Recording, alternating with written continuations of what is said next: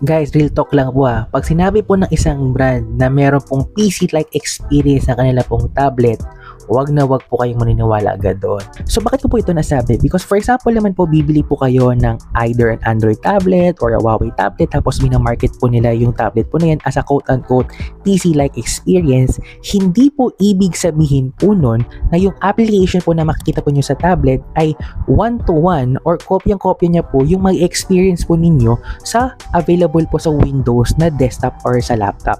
Ibang-iba po yun. Bakit? Kasi po ang tablet ay considered pa rin po siya as a mobile device category. Ano ibig sabihin po nun?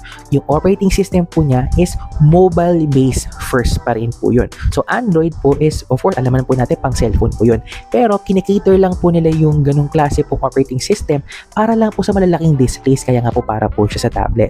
Ngayon, experience po niya, hindi po pa rin po kapareho po ng available po doon sa kanila pong desktop version.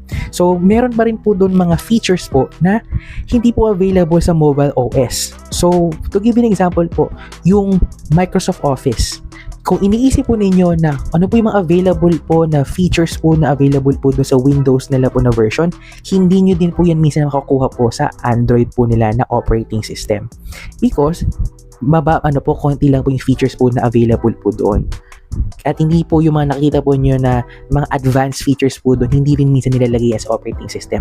Exclusively available lang po yan sa laptop or sa desktop versions po ng kanila pong software.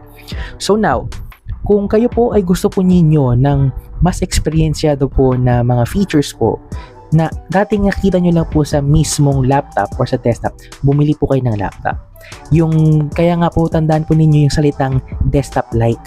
Parang desktop lang po siya. But it does not mean na pwede nyo po siya i-replace sa isang desktop or sa laptop. Okay?